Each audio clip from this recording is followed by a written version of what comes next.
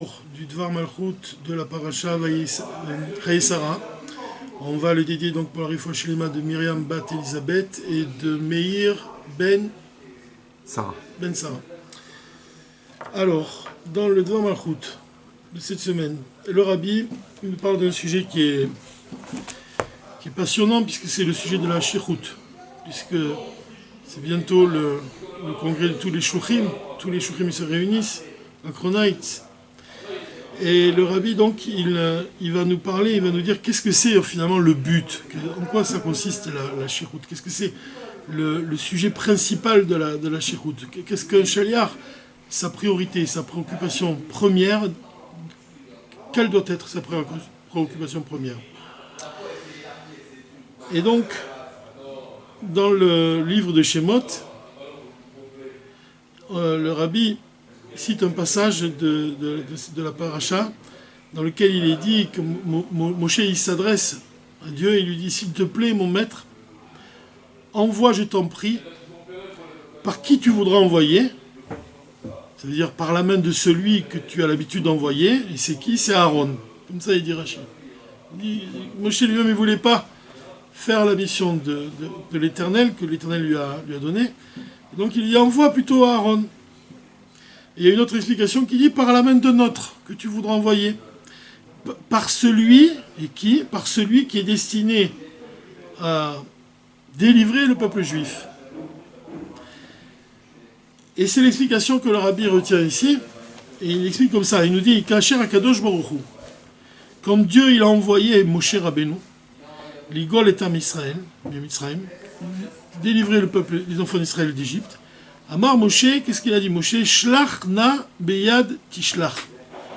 Ça signifie que Moshe, il a dit devant Dieu, maître du monde, envoie à ma place et melech ha-Mashiach. Envoie le Mashiach à ma place. She'atid leid galot. Le Mashiach qui est dans le futur, il va se dévoiler. C'est lui que tu vas envoyer à ma place. Mouvan imken, shegam Mashiach ou shaliach shel HaKadosh Baruch Hu, l'Igol et Israël. De là, on comprend que même le Mashiach, c'est un shaliach de Dieu, puisque c'est celui qui va délivrer les enfants d'Israël. Pourquoi Moshe Rabbeinu il a voulu envoyer? Il a demandé à Dieu, il lui a dit d'envoyer à sa place le Mashiach pour libérer les enfants d'Israël. Moshe yada shelo yachnis et Israël eretz. Moshe il savait que c'est pas lui qui allait faire entrer les enfants d'Israël en Israël. Il le savait. C'est pas lui qui allait les dévoiler aussi dans le futur, qui allait les libérer dans le futur. Velachen bikesh shemelech hamashiach hu gam yotzi et Israël même Israël. C'est pour ça qu'il a demandé que même le Mashiach soit le Mashiach qui délivre les enfants d'Israël. Il savait très bien que c'était pas lui qui allait les délivrer. Mais la chose est étonnante. Il y a une question que pose le Rabbi. Vadaï Moshe yadam ishakadosh baruch hu yodeh shemashiach igal et Israël sofit. Moshe, il savait que Dieu savait que c'est Mashiach qui allait délivrer les enfants d'Israël. Mais et malgré tout, où ichlit chez Davka Moshe yotzi otam et Mitzrayim. Mais c'est malgré tout, Dieu il a décidé que c'était Moshe qui devait les délivrer. Imken madoua bikesh Moshe acheret. Alors pourquoi Moshe il a demandé? Pourquoi il a demandé cette demande à Dieu? On comprend la question. Et pourquoi Moshe, il a demandé à l'Éternel, il lui a dit envoie le Mashiach à ma place. Lui-même, il a formulé cette demande. C'est pour quelle raison? Pour quelle raison Moshe, il tenait à tout prix à mêler le Mashiach à cette affaire-là, si on peut dire les choses comme ça. En fait, il y a une réponse à cela, et la réponse, le Rabbi va nous la donner par la suite.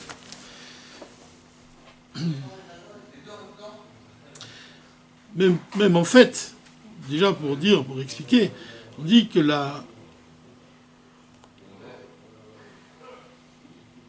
que Mitzad Sheni, im Moshe shaya shlemut ha-chokhma bikesh bechol zot lama achen lo itkabla bakashato. Dit que Moshe il représente la chokhma. Et dans ce cas, s'il représente la chokhma, il a lui-même la connaissance, il a lui-même le savoir, il a lui-même quelque chose de divin en lui. La chokhma, c'est quelque chose de très élevé. Pourquoi alors dans ce cas ne pas recevoir sa demande? puisque lui-même il est Chokhmah. Tu comprends la question? Ça demande quelque chose qui cache quelque chose de profond. Et là, Bakashat Moshe Haïta Sheyotzar Kesher Veitachdut Bein Aguel Mitzrayim Mashiach. En fait, là, ça c'est le point, et le rabbi va développer ce point-là. Le point, il est que Moshe, il a demandé qu'il y ait un lien entre le Mashiach et lui-même. C'est pour ça qu'on dit, comme les sages ils ont dit que Moshe Gouel Rishon, c'est le libérateur, le premier libérateur c'est Moshe, ou Gouel Acharon, c'est Mashiach, et c'est le dernier libérateur, c'est Mashiach. C'est-à-dire qu'en fait, quand il a demandé, Moshe à l'Éternel lui a dit d'envoyer le Mashiach à sa place, le rabbi vient nous dire ici, il dit l'intention de Moshe, c'est évidemment que ce soit lui puisque c'est la volonté de Dieu qui délivre les enfants d'Israël d'Égypte, mais qu'il y ait le niveau du Mashiach aussi qui intervienne dans sa mission. Et par la suite aussi, que Moshe, il soit aussi, le sujet de Moshe, il soit présent dans l'action du Mashiach. C'est-à-dire de lier le Mashiach avec Moshe. C'est-à-dire, c'est ça l'intention de Moshe quand il demande à l'Éternel, il lui dit, envoie plutôt le Mashiach à ma place. Voilà, on va voir par la suite qu'est-ce que ça signifie, mais c'est intéressant. Déjà, l'introduction. Alors, la Shechut, Arishona Batora. Dans notre paracha, il est raconté qu'Avraham Avinu, il a envoyé Eliezer. Il a envoyé Eliezer, son serviteur, pour trouver un chidour pour son fils Yitzhak. Alors, quel est le statut d'Eliezer? Est-ce que tu sais ce que c'est un chatran? Chatran, c'est quoi? C'est quelqu'un qui fait, comme ça, le rabbi il dit dans les mots, il dit Sherak ose tova lechavero. Il fait une bonté à son ami. Il rend service à son ami. Nitan lomar chez Eliezer, ayarak chatran. On pourrait penser que Eliezer c'était seulement un chatran. Et la preuve à cela, c'est que Ishtadel be'atzmo limso shidur matim. Il devait lui-même faire des efforts de par lui-même pour trouver un shidur pour le fils d'Avraham, pour Yitzhak. Et donc, ve'itachen she'itarvu bekach shikulim ishim. C'est pour ça que le fait qu'il devait faire lui-même certains efforts pour trouver un shidur pour Yitzhak, il devait mêler à ça son propre point de vue. Sa personnalité, elle intervenait dans le shidur. Mais le rabbi dit que c'est Yoter Mistaber Lomar, c'est plus convenable de dire que c'était un chaliar, Eliezer, qui était totalement battel à celui qu'il envoie à Avraham. Et la raison à cela, c'est que d'abord il a accompli de manière très précise tout ce que Avraham lui a ordonné. Donc il était complètement battel à Avraham. Et une autre preuve à cela, c'est que Eliezer, il a pris avec lui sur le chemin tout le Kol Richusho chez Avraham. Tout ce que Avraham possédait, c'était dans la main d'Eliezer. Tu savais ça? On dit que le verset il dit que les serviteurs, c'est-à-dire Eliezer, il prit 10 chameaux, des chameaux de son maître, et il partit et tous les biens de son maître étaient dans sa main. Là-dessus, Rashi, il explique, il dit qu'Avraham, il avait écrit un acte de donation, c'est-à-dire un shtar matana. Il avait un acte de donation au profit d'Yitzhak, qui incluait tout ce qu'il possédait, c'est-à-dire que tout ce que Avraham il avait fait, ce shtar matana, cet acte-là il donnait tout ce qu'il possédait à Yitzhak, c'était donc, ça appartenait à Yitzhak, afin que la famille de son shidour, elle s'empresse de lui donner de leur donner sa fille. De lui donner sa fille. Donc il avait fait absolument don de tout ce qu'il possédait pour ce shidour. Avraham. Et là-dessus, le rabbi il pose une question. Il dit c'est étonnant. D'abord, on peut conclure de ça que Avraham il s'appuyait réellement sur Eliezer. Sa marque à lave. Il s'est tellement appuyé sur lui, donc on comprend qu'il était Bitul Muklat, qu'il était totalement annulé à Avraham Eliezer. Donc c'était vraiment un chaliar. C'était pas seulement un chatran. Du fait qu'Avraham il lui faisait une telle confiance qu'il lui a donné tout ce qu'il possédait dans un acte de donation qui était dans la main d'Eliezer,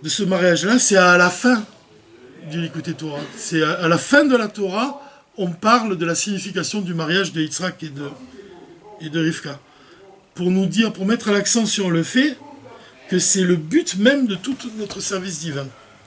C'est l'union entre Yitzhak et Rivka. Comme il va expliquer, qu'est-ce que ça signifie de manière profonde? Qu'est-ce qu'il représente? Yitzhak, il représente quoi? Et Rivka, il représente quoi? Dans les sujets profonds, dans l'étude de la Chassidoute, de manière profonde. À quoi ça correspond? Ce mariage-là, cette union-là. En tout cas, ici, déjà, il répond à une question qui est importante. Donc, il nous dit, pourquoi Abraham, il a donné tout ce qu'il possédait? La raison, c'est parce que ce mariage-là, il représente le fondement de l'Assemblée d'Israël. Alors, maintenant, l'union proprement dite entre les deux, comme c'est expliqué dans la Torah, dans la Chassidoute, le mariage de Yitzhak et de Rivka, il symbolise le fondement de toute la création même. Achibour, le lien, Veitachdout, et l'union de l'âme et du corps. Milachon la Chassidoute, Ma ou Ban. Là, c'est deux noms divins. Ma, c'est un nom divin, qui a pour le nom Yudke Vavke qui a pour valeur numérique 45. Il représente l'esprit, et le nom divin de Ban, qui a pour valeur le nom de Yudke Vavke, qui a pour valeur numérique 52, il correspond au corps. Donc, Yitzhak, qui habitait en Eretz Israël, que c'est un endroit de Kedusha, un endroit de sainteté, et même lui-même, il était saint, Yitzhak, puisqu'on voit même dans la Kedat Yitzhak, il a fait de lui-même, il était prêt à sacrifier toute sa vie pour Dieu. Donc Yitzhak, qui vivait en Eretz Israël, dans cet endroit de sainteté, il représente la spiritualité, la Kedusha, la spiritualité. Donc il représente l'âme. Rivka, elle-même, qui vivait Chutz La'aretz, qui vivait en dehors de la terre d'Israël, à la maison de Bethuel, et de Lavan à Arami, et comme il dit le Midrash, elle était comme une rose au milieu des épines. Donc la rose, c'est la Kedusha au milieu des épines, qui vit Chutz La'aretz. Donc elle représente le corps, le matériel. Donc on voit que Yitzhak qui correspond à l'âme, et Rivka correspond au corps. Comme j'ai dit que cette année-là, c'était l'année du corps, puisqu'on va étudier avec les dieux tous les sujets qui sont liés au corps. Pourquoi? Parce que le corps, il est tellement important dans la Chassidoute, et à quoi on le voit, on dit que Dieu lui-même, il n'y a rien qui le précède. Il n'y a aucune cause qui le précède. Et c'est pour cette raison, comme ça le Rabbi l'explique, c'est parce que rien ne le précède, que lui seul est capable de créer l'existence à partir du néant. C'est-à-dire Yesh Mi'ain. C'est-à-dire que quand on voit la matière de ce monde, on l'a dit déjà dans les cours précédents, on voit qu'elle provient du néant. C'est-à-dire qu'elle semble ne pas avoir de cause. La cause de la présence de la matière dans ce monde, c'est uniquement Dieu. Mais seulement, on ne voit pas le lien entre la matière et Dieu. On a l'impression que le monde, il vient indépendamment de Dieu. Seulement Dieu est capable de créer ça. De créer une chose qui paraît indépendante de lui-même. Indépendante de Dieu. C'est-à-dire que c'est comme nous-mêmes. Dieu, il nous donne l'impression qu'on vit indépendamment de lui. Il nous accorde cette sensation-là. On a l'impression qu'on vit indépendamment de lui, qu'on ne ressent pas le lien qui nous unit à lui. Pourtant, Dieu, il nous crée à chaque instant. C'est-à-dire, le seul lien qu'on peut avoir avec Dieu, il est un peu perceptible, c'est ce qui est spirituel, c'est au moyen de l'âme. C'est-à-dire, le fait d'étudier la Torah avec les forces de l'intellect, on va s'attacher, on va unir notre esprit à l'esprit divin. Donc on peut, d'une certaine manière, on peut ressentir un petit peu le lien qui nous unit à lui, à Dieu. Mais ce lien, il n'apparaît pas à l'évidence en nous-mêmes, il n'est pas ressenti en nous-mêmes de manière évidente. Encore moins le corps. Encore moins le corps. Le corps, il semble complètement détaché de sa source. Il est détaché de sa source. On ne voit pas la source qui porte le néant à l'existence. On ne voit pas. Donc en fait, le rabbi ici, il nous dit une chose qui est essentielle dans l'étude de la chassidoute. Il nous dit comme ça. Il nous dit que le mariage de Yitzhak et de Rivka, il exprime le lien de deux choses, la ruchaniyut et la gashmiyut, la spiritualité et la matérialité, l'âme et le corps. Et le rabbi écrit que ce lien-là, cette union-là, itachlit kolabria, c'est le but même de toute la création et le but de toute la Torah et des mitzvot. De faire résider la kedusha elokit, de faire résider la sainteté de Dieu ici-bas. Vela asot mi'aolam hazeh agashmik li le'ashrat or ensof, la lumière de Dieu. De faire de ce monde matériel une demeure pour Dieu. Il dit que c'est tout le sujet même de la Torah, le but même de la Torah et des commandements divins, c'est d'unir le spirituel avec le matériel. C'est le mariage entre Yitzhak et de Rivka. T'imagines? C'est-à-dire ce qui représente le mariage de Rivka et d'Yitzhak. Gam shaliach, il dit même un shaliach, il est composé de ces deux choses-là qui sont contraires. À l'exemple du corps et de l'âme. D'un côté, le shaliach, c'est un Adam Atzmaï, c'est un homme indépendant.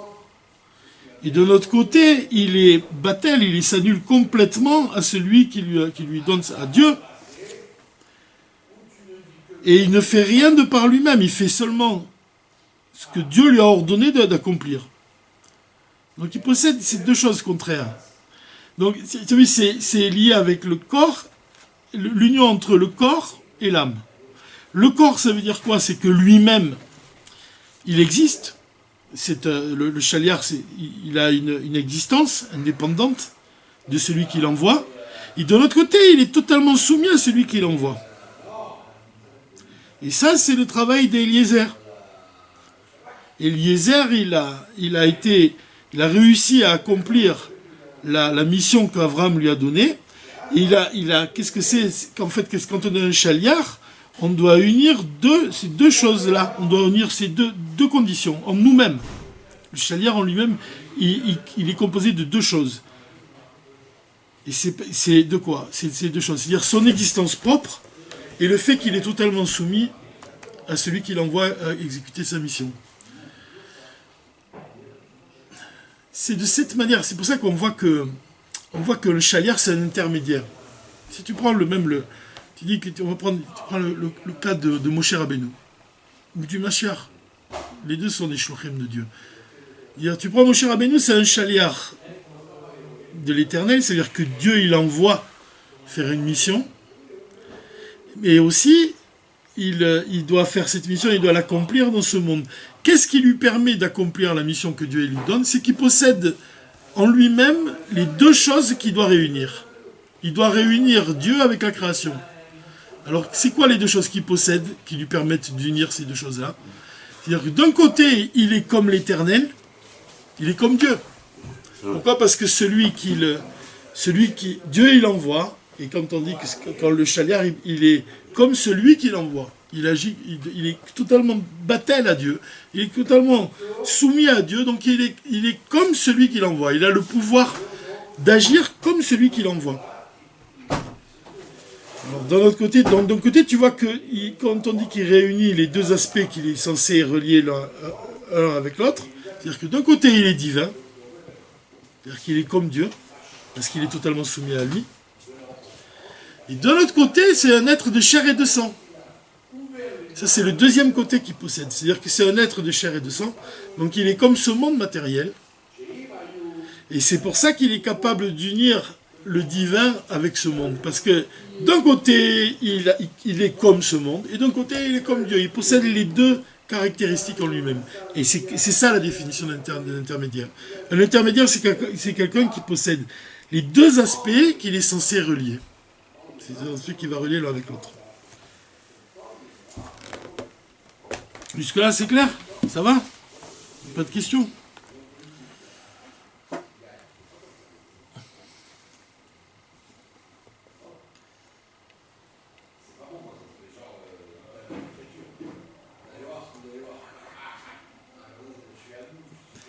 Donc on peut comprendre maintenant, le Rabbi nous dit que de l'importance, c'est pour ça que la Torah, elle parle longuement de la mission d'Eliezer, de la Shichut d'Eliezer. Pourquoi elle allonge? Pourquoi elle en parle si longuement? Pourquoi elle donne tous les détails de cette Shichut-là, d'Eliezer? Parce que dans cette Shichut, à l'intérieur de cette Shichut-là, il y a le centre, et il y a l'importance de tout ce qui fonde même notre service divin. Je veux dire, toute la Torah même, et les mitzvot, même la création, même le Seder Ishtalshelut, l'enchaînement des mondes, la création à partir du néant, elle est fondée sur le principe de l'union entre la matière et l'esprit. C'est ce qui fonde même toute l'existence. C'est ce qui est au centre de toute l'existence. Le mariage de Yitzhak et de Rivka, il est au centre de toute l'existence, même au centre de l'enchaînement des mondes. Qu'est-ce que c'est l'enchaînement des mondes? Pourquoi Dieu il passe par un enchaînement des mondes pour créer ce monde-là? Pourquoi il aurait pu le créer sans créer tous les mondes d'Atsilut, de Bria, de Yetzira, de Sia? C'est l'enchaînement des mondes, il représente l'union entre le passage entre le divin, entre l'essence divine, et ce monde-là matériel. Et toute la mission d'un juif, c'est d'unir l'un avec l'autre. L'enchaînement des mondes, il nous permet d'unir. C'est comme une échelle entre notre monde et l'essence divine. L'enchaînement des mondes, c'est ce qui nous permet de nous élever d'un niveau à un autre niveau. D'attirer la lumière qui vient des mondes supérieurs dans ce monde-là, et d'élever ce monde plus inférieur vers les mondes supérieurs. Comme il dit, c'est l'Admor Zaken qui dit moi de Tevet, dans le Yom Yom, qui est rapporté par le Rabbi, il dit le matériel d'un juif est spirituel. Dieu nous donne la matière afin que nous la transformions en esprit. C'est-à-dire que la matière, elle doit être transformée en esprit. C'est-à-dire, au moyen, tu prends la peau d'un animal, tu la nettoies, tu la tannes, tu en fais un parchemin, et tu écris une mezouza. Donc tu vas à partir de la matière, tu unis la matière avec l'esprit divin. C'est ça aussi. C'est ça par exemple, c'est un exemple pour exprimer qu'est-ce que c'est l'union entre Yitzhak et Rivka. C'est l'union entre la matière et l'esprit, l'union entre l'âme et le corps. Donc le mariage entre les deux, comme on a dit, il revêt une importance particulière. Et ce qui a commencé, donc Eliezer, il a commencé les Vatsé Beshichoto à exprimer par sa mission, Nisou Yitzhak Verivka, il a exprimé donc par cette union-là, l'union entre l'âme et le corps. L'union entre la Kedusha, à Elokit, Betocha Israël, d'attirer la sainteté à l'intérieur du peuple d'Israël et attirer la sainteté à l'intérieur de ce monde. C'est tout le temps cette idée-là qui revient. Faire une demeure pour l'Éternel, c'est-à-dire faire une demeure de nous-mêmes.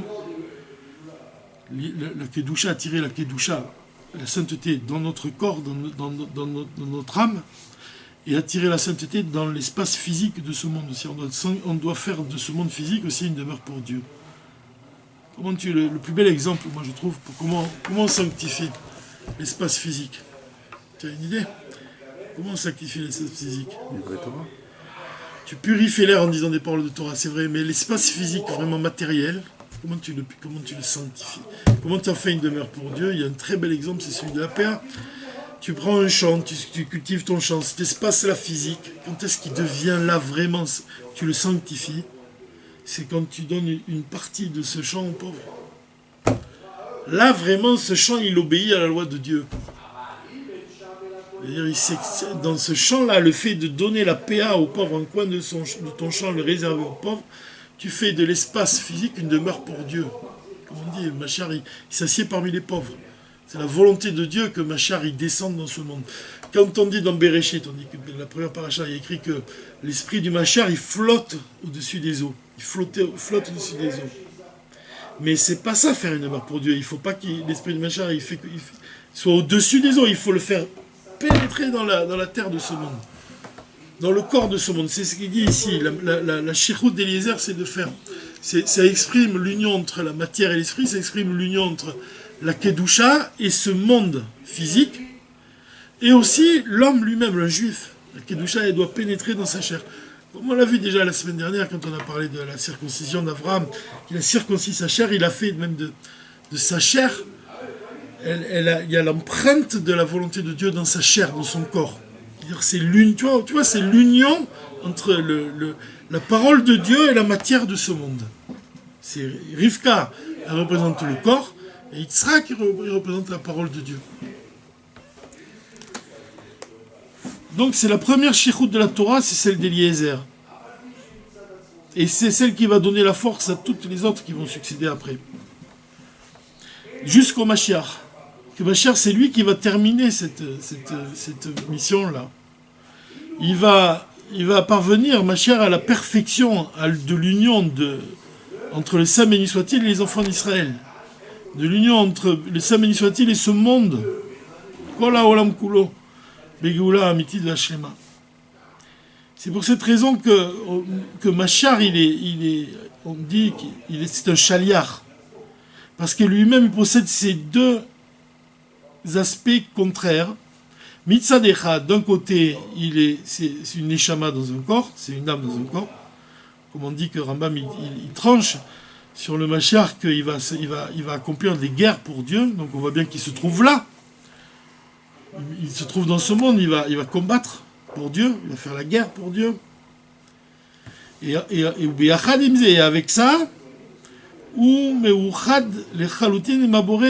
est totalement lié avec Dieu. Il est uni à Dieu. Le Rabbi, le Moramsa, il explique ça très bien. Il dit que il représente l'essence de l'âme de tous les enfants d'Israël. Il est lui-même l'essence de l'âme de tous les enfants d'Israël, le Mashiach. C'est-à-dire qu'il est vraiment entre Dieu et les enfants d'Israël. Il est entre l'essence divine et l'essence de l'âme des enfants d'Israël. C'est ça le Mashiach, tu vois. Et c'est pour ça que, comme chez lui, il y a ces deux aspects-là, que c'est un être de chair et de sang, donc ça c'est le Shemban, c'est le corps, et en même temps il est l'envoyé du Saint béni soit-il, donc il est comme Dieu, alors il est divin. Et il a ces deux aspects en lui. Et c'est pour ça qu'il a la possibilité d'unir la matière de ce monde avec l'esprit divin.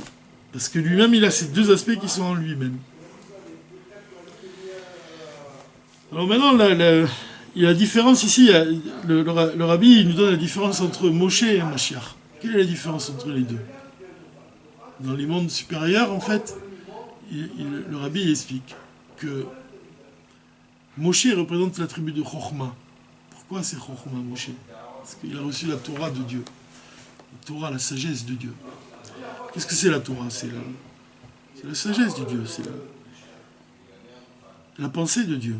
C'est la séphira de Chochma du monde Hatzilut. C'est la première, c'est le dévoilement, le commencement du dévoilement de la lumière divine. C'est la première des séphiras du monde Hatzilut, Chochma. Chez l'homme, ça correspond à la faculté de Chochma. Dans le cerveau, c'est la première force de l'intellect. C'est la naissance d'une idée dans l'esprit. Fait un éclair qui jaillit. C'est-à-dire que comme Dieu, il a donné la Torah à Moshe, Moshe il a appris la Torah de Dieu, Moshe représente la Chochma, la sagesse. Alors que Mashiach, il représente Malchut, la dernière des Séphirot du monde Hatzilut, la royauté. Pour quelle raison? En fait, en quoi ça s'exprime? C'est très beau ce qu'il nous apprend le Rabbi. En fait, la Chochma, ça peut correspondre au soleil, et la Malchut, ça correspond à la lune. La qualité du Mashiach, c'est de recevoir. Il reçoit la lumière du soleil. C'est-à-dire, comme on dit, la lune, elle n'a pas une lumière qui lui est propre. Et toute sa lumière, c'est celle qu'elle reçoit. Mashiach, il sait recevoir.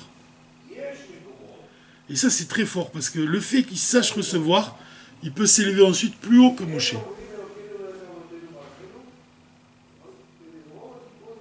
On pourrait expliquer, donner l'exemple d'un élève. Un élève qui reçoit un cours, qui entend un cours, sans poser de questions même. Il peut poser des questions, mais je veux dire, sans poser de questions dans le sens qu'il est vraiment battel à ce qu'il écoute. Il est totalement soumis à la voix de son maître. Il écoute ce que son maître lui apprend.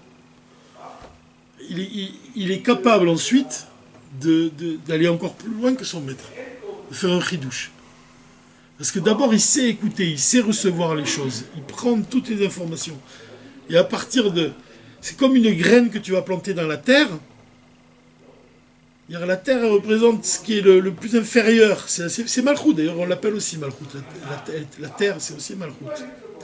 C'est-à-dire qu'elle reçoit tout d'en haut, elle reçoit la pluie, elle reçoit tout ce qui vient du ciel. Et comme elle sait recevoir les choses, et que les choses elles vont germer en elle, après elle va faire un chidouche. Elle va laisser, d'une graine va pousser quelque chose. C'est ça le Mashiach. Il est capable de... Il sait recevoir. C'est le père du rabbi, il a dit un jour que Keter, ça représente le nuage. Chochma et Bina, ça représente l'éclair. Et qu'est-ce qui va avec l'éclair? Le bruit, le tonnerre. Et la pluie, elle tombe sur la terre. La terre, c'est la séphira de Malchut. Donc l'enchaînement des mondes, il a comparé ça à quelque chose de naturel. Donc tu vois que la terre, elle reçoit la pluie et elle les reçoit. Donc c'est le fait que cette capacité de recevoir, c'est grâce à cette capacité qu'elle va ensuite donner quelque chose qui va surpasser même toutes les lumières. Alors c'est ce qu'explique le rabbi. Moshe, il s'occupe principalement de la Chokhmah, de la Torah. Comme il est dit que Moshe Kibel Torah Sinaï, il a reçu la Torah du Sinaï, au Sinaï. Et donc son rôle principal de Moshe, c'était quoi?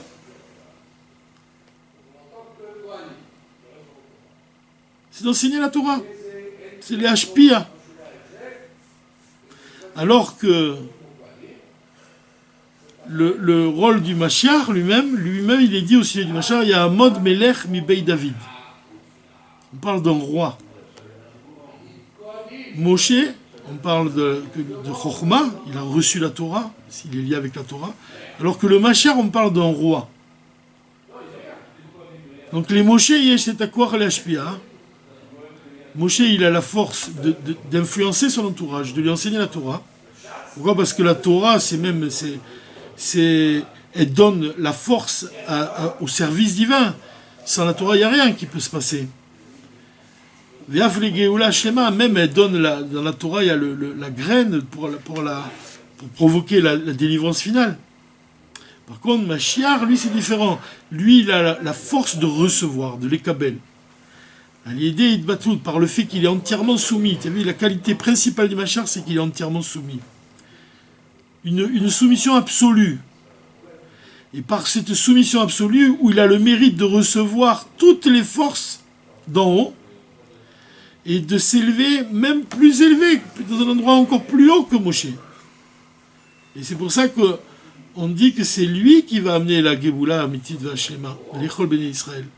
Gam le Moshe Rabbeinu. Même à Moshe Rabbeinu, il va libérer aussi Moshe. On dit que Moshe, il va apprendre la Torah du Mashiach. Mashiach, il va enseigner la Torah à Moshe. Donc ça semble incroyable. Comment c'est possible que c'est Moshe qui a reçu la Torah et c'est Mashiach qui va enseigner à Moshe. Et là, il y a une histoire qui répond à ça dans le traité Menachot, dans la Gemara.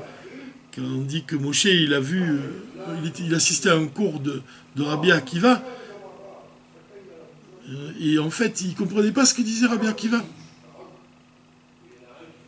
Il ne comprenait pas, il était très triste comme ça, il était vraiment... Comment c'est possible? Je ne comprends rien, il avait vraiment... Il ne comprenait pas ce qu'il disait, comment c'est possible? Quoi? Moshe il reçoit la Torah et Rabbi Akiva, c'est un élève de Moshe, il dit des choses que Moshe il ne peut même pas comprendre. Il dit pourquoi? Parce qu'en fait, Akiva, Rabbi Akiva c'est quoi? Akiva, son nom, c'est Ekev. C'est le talon, c'est la partie la plus basse du corps. Le Ekev, comme on a dit, c'est lié avec la poussière de la terre. C'est lié avec la soumission la plus totale. Rabbi Akiva était tellement soumis à la Torah et à Dieu qu'il a été capable ensuite de faire un chidouche, comme de la même façon que la terre, elle est capable de donner des fruits. Et elle possède la force infinie même, de faire pousser des arbres et des fruits. Parce que la fin, le commencement est ancré dans la fin. C'est-à-dire que la force de Ein Sophit, la force de Koach Ein Sof, la tribu divine Ein Sophit, de l'infini, il est précisément dans le niveau le plus bas. C'était ce qu'on a vu dans la paracha de la semaine dernière, dans le Dvar Malchut. Il dit que l'essence divine, elle s'exprime dans les niveaux les plus bas. Elle se révèle dans les niveaux les plus bas, l'essence. Dans les mondes supérieurs, ce sont simplement des gilouim, des dévoilements qui se dévoilent. Les dévoilements, ils existent dans les mondes supérieurs. Mais ce qui se dévoile dans les mondes les plus inférieurs, c'est l'essence. Là, on voit un exemple. Le Mashiach. Le Mashiach représente la séphira de Malchut. C'est la séphira la plus basse. C'est précisément dans cette séphira que peut se révéler les lumières les plus élevées, l'essence de Dieu. C'est la différence entre Moshe et Mashiach. Moshe représente les dévoilements, donc les mondes supérieurs, la Torah, Chokhmah, et Mashiach représente les niveaux les plus bas, le niveau de Malchut, la terre qui reçoit, la terre qui est totalement soumise à Dieu. Et la pluie qui reçoit la pluie même. Et on va voir quelle est l'importance de la pluie. Rabbi va nous expliquer qu'est-ce que c'est la pluie. Besrout, Bakashat Moshe. Et donc maintenant on comprend. Par le fait qu'on comprend pourquoi Moshe il a dit envoie plutôt le Mashiach à ma place et libérer les enfants d'Israël. Parce que lui-même il a conscience qu'il est qu'au niveau de Chokhmah, mais il va associer à son niveau de Chokhmah le niveau de Malchut, le niveau de la royauté. C'était ça son idée. Il voulait qu'il y ait deux aspects. Il voulait que les enfants d'Israël soient délivrés pas seulement par le Rav, c'est-à-dire par Moshe, mais aussi par le roi, le niveau du Mashiach. Unir ces deux niveaux-là. C'était ça sa demande. Notzra, donc, est formé Itardout ben Moshe et Mashiach, l'union entre Moshe et Mashiach. Mashiach, il a reçu aussi, c'est-à-dire que Mashiach, il reçoit aussi le niveau de Chokhmah, lui-même qui est un roi. Et c'est pour ça que à la délivrance, il enseignera la Torah même à Moshe Rabbeinu. Pourquoi ? Parce que Mashiach, il va s'élever aussi au niveau de Chokhmah. Ou Moshe kibel gam et malat malchut. Et Moshe, il reçoit aussi la royauté. Comme le verset il dit, Alav sur lui, Vaïb et Yishurun Melech. Yishurun Melech. C'est-à-dire que d'un côté, Mashiach, il va recevoir la Torah, il va s'élever au niveau de Chokhmah, et d'un côté, Moshe, il va recevoir la royauté. Velachen Mashiach begimatriat shaliach. C'est pour ça que, qu'est-ce que c'est Mashiach ? Le mot Mashiach, c'est 358. Qu'est-ce que c'est la gematria du mot shaliach ? C'est 348. Shaliach, ça fait 348. Et si tu ajoutes la Chokhmah, si tu ajoutes Esser, si tu ajoutes les 10 forces de l'âme, 10, le chiffre 10, ça fait Mashiach. Donc c'est une allusion au fait que le rôle du Mashiach, c'est d'exprimer sa shechut, sa mission, Yachad imkol eser kuchot nafsho, avec les 10 forces de son âme, en particulier avec Chokhmah. Puisque c'est la première des 10 forces, c'est elle qui influence les 10 forces de l'âme, c'est la Chokhmah. Donc c'est Moshe. Donc Shaliach avec Moshe, ça fait Mashiach. C'est ça qu'il nous enseigne ici le Rabbi. De la Chokhmah jusqu'à Malchut. Maintenant, le but, l'intérêt, c'est de comprendre que chaque juif, il est comme Eliezer, C'est-à-dire que Eliezer, sa mission, c'est d'unir, on a dit, l'âme et le corps, d'unir Mashiach, d'unir le Yitzhak avec Rivka. Donc cette mission-là, elle nous appartient aussi, à nous tous. Même ça commence à l'âge de 13 ans.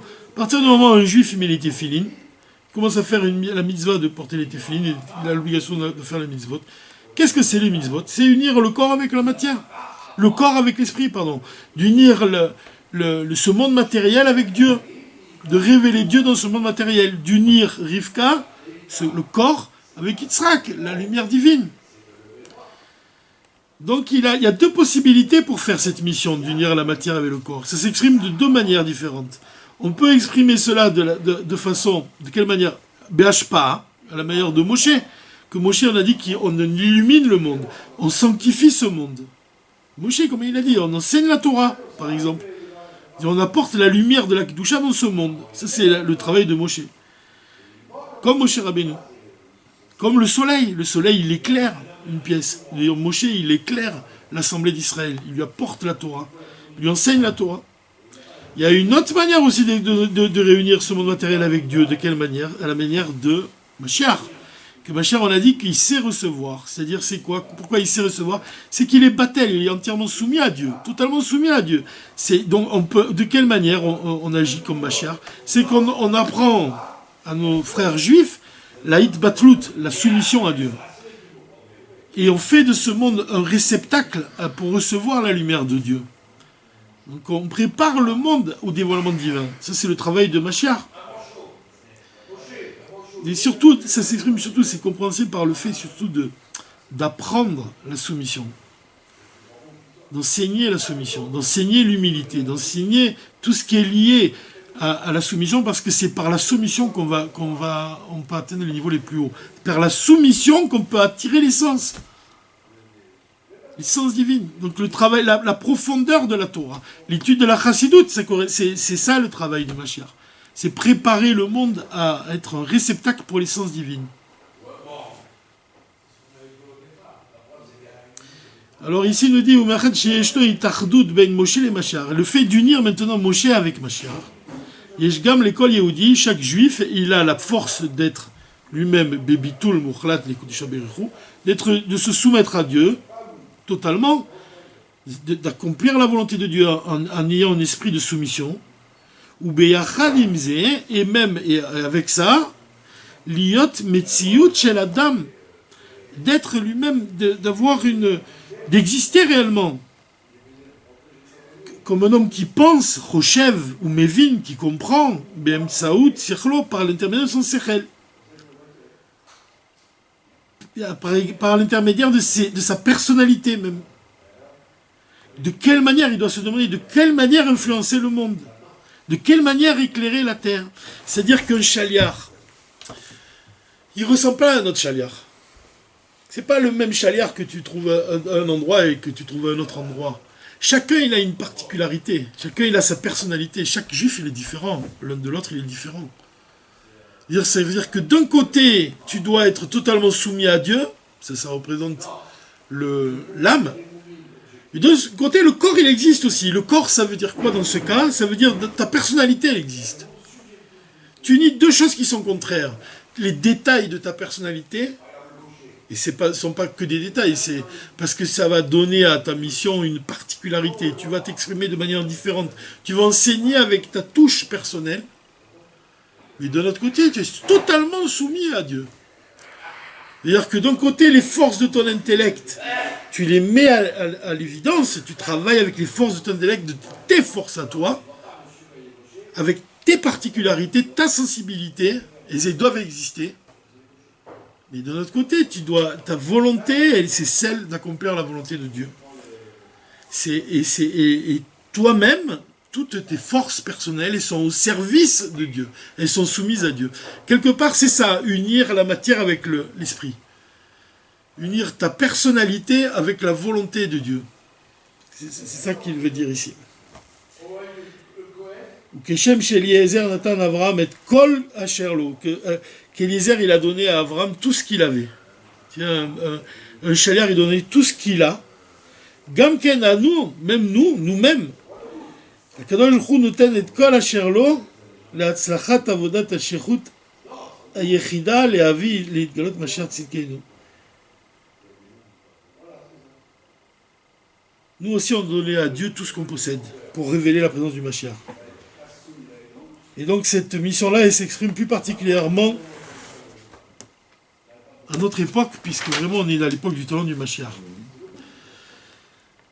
Maintenant, on va dire, peut-être on approche de la fin, on va donner une image que le Rabbi nous donne ici, il y aurait beaucoup de choses à dire encore là-dessus, mais bon, Bezrat Hashem, on va donner ce point-là parce qu'il est très beau.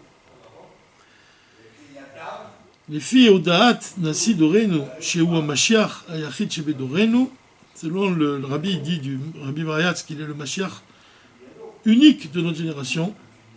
L'importance aujourd'hui, c'est de l'ékabel, pnei Mashiach tzidkenu, bepal mamash, c'est de recevoir le Mashiach de manière concrète. Et à ce Shabbat, notre Shabbat là, Mevarechim et Chodesh Kislev à l'époque, ils ont fait, même cette semaine-là, ce Shabbat-là, on doit bénir le mois, possible.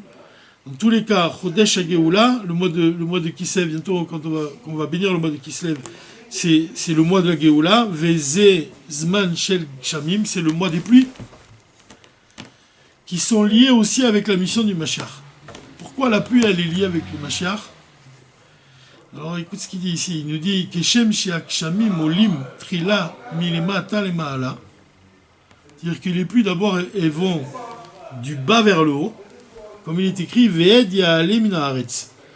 Il y a écrit dans le livre de Bereshit, au tout début, il y a écrit que une vapeur s'est levée de la terre et a arrosé toute la surface du sol.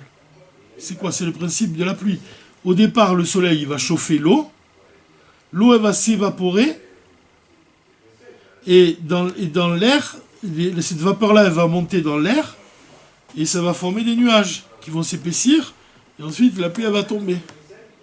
Donc on voit que la pluie au départ, elle vient de la terre.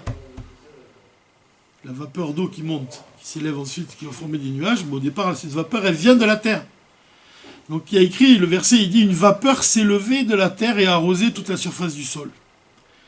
Rachi, il écrit une chose, il dit que c'est en rapport avec la création de l'homme, du corps de l'homme.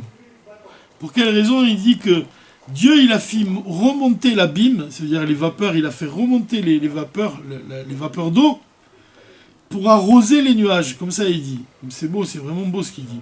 Pour humidifier la poussière ensuite de la terre. Et ainsi fut créé l'homme.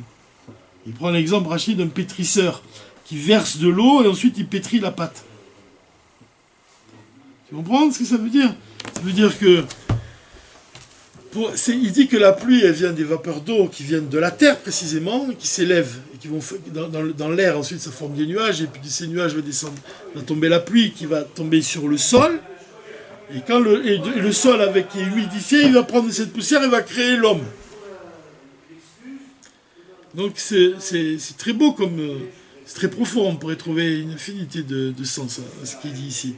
En tout cas, le rabbi ici, il nous dit quelque chose d'important, il nous dit qu'il y a écrit que la vapeur montait de la terre. Les vapeurs qui vont donner ensuite naissance aux nuages. Elle vient de la terre, Ed. Ed, c'est de la vapeur. Ya'ale, elle s'élève, Min Haaretz, de la terre. Kach al yedei hashlichut shel adam ba'olam. C'est ça la mission d'un juif sur la terre. Begouf gashmi, dans un corps matériel, où mezaker et haolam achomri, ou ma'ale oto, et ad shehu nia ne'ale bioter af miroach shel Mashiach, shel Mashiach. Ça veut dire qu'est-ce qu'il nous dit ici? Il nous dit ce qu'en fait l'Admour HaZaken dit dans le Yom Yom, enfin, que le Rabbi rapporte dans le Yom Yom du 27 Tevet, il dit que le matériel de juif est spirituel. Il veut dire que la pluie qui descend sur terre, elle vient de la vapeur. Mais cette vapeur-là, d'où elle vient de la terre? C'est le cycle, tu vois, c'est le cycle, d'accord. Mais qu'est-ce qu'il veut dire? C'est que, comme ici il dit, le Rabbi, dans les mots du Rabbi, il dit comme ça, chez Kshamim, les pluies sont liées avec la mission du Mashiach. Mi les ma'ata les ma'ala, du bas vers le haut, comme la lune. On dit que la lune, elle reçoit, elle est en bas, elle reçoit du haut, elle reçoit du soleil. De la même façon, Ve'ed Ya'ale Min Haaretz, la vapeur, elle s'élève de la terre. Chez Davka Min Haaretz, c'est précisément de la terre que vient le spirituel. Ce qui dit le matériel d'un juif est spirituel. C'est-à-dire que d'abord c'est de la terre, ensuite on doit élever la terre vers Dieu. La mitzvah, elle va s'élever, comme la vapeur, elle va s'élever dans le ciel. C'est un peu ça l'exemple qui est donné. Tu vois, la vapeur, elle représente quelque chose de spirituel. Il dit même ici, le Rabbi dit que c'est le Yisod Avir, c'est l'air, la vapeur. Yisod Adak Bioter, c'est l'élément le plus fin qui soit. C'est-à-dire celui qui s'élève, c'est l'esprit, le spirituel. Ça vient d'où d'abord, avant tout? Comment on parvient à obtenir cette élévation, l'air? C'est par un travail ici-bas, de la terre. C'est-à-dire que c'est l'âme dans le corps. Ça signifie que c'est l'union entre l'esprit et le corps qui permet l'élévation. C'est ça le mariage d'Israël et de Rivka. C'est cette fusion entre la parole de Dieu et la matière de ce monde. C'est-à-dire que la matière, elle est essentielle. C'est comme l'arche, c'est comme les tables de la loi. Que Dieu, il va graver la parole de Dieu. On va finir là-dessus. On dit que quand Moshe est descendu du mont Sinaï avec les tables, il est tenu d'une seule main. Comme ça, il dit le Balbim. Et quand il s'est approché du veau d'or, et qu'il a vu que les enfants d'Israël faisaient le péché du veau d'or, on dit que les lettres se sont envolées. Les lettres de la parole divine qui étaient gravées dans les tables se sont envolées. À ce moment-là, comme elles se sont envolées, on dit que Balbim dit qu'elles sont devenues lourdes. Et c'est là qu'il les a brisées. Ça signifie que le divin, il portait le poids des tables, le poids de la pierre. Quand il y a fusion entre la parole de Dieu et le corps et la matière, à ce moment-là, il pouvait les tenir d'une seule main. Mais s'il n'y a pas cette fusion, alors la matière redevient matière et elle redevient lourde. C'est cette idée-là aussi, la vapeur d'eau. On dit que la vapeur d'eau, elle vient de la terre, elle vient du bas et elle s'élève vers le haut. C'est pour nous apprendre que l'âme, le fait qu'elle descende dans un corps matériel et qu'elle fusionne avec ce corps matériel, c'est comme ça qu'elle peut connaître une élévation ensuite. Qu'elle peut parvenir à des... C'est par la force de cette union. C'est-à-dire que comme ça, il disait, le Baal Shem Tov, il disait qu'on ne doit pas considérer le corps comme un ennemi. C'est un allié. C'est-à-dire que lui, il n'était pas pour faire des jeûnes, pas pour faire souffrir le corps. Il croyait davantage entre l'harmonie du corps avec l'âme, une fusion entre les deux. Ça s'est exprimé l'Admorazakan par le fait de donner la tzedaka.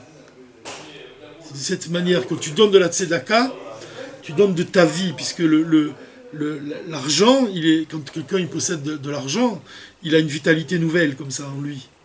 Le fait de donner de l'argent, c'est de donner un peu de ta vie, de ta vitalité physique même. C'est ça la tzedaka, le don de soi. Quand tu donnes tout ce que tu as, c'est ça l'union entre l'esprit divin, la volonté de Dieu, et le corps, c'est-à-dire ton existence. Mais que comment tu l'élèves justement en faisant don de toi-même. Alors en faisant don de toi-même, alors ton existence, elle est au service de l'existence de l'autre. Dire au point que Israël et Rivka, ils formaient plus qu'une seule chair. Alors, on peut s'arrêter là.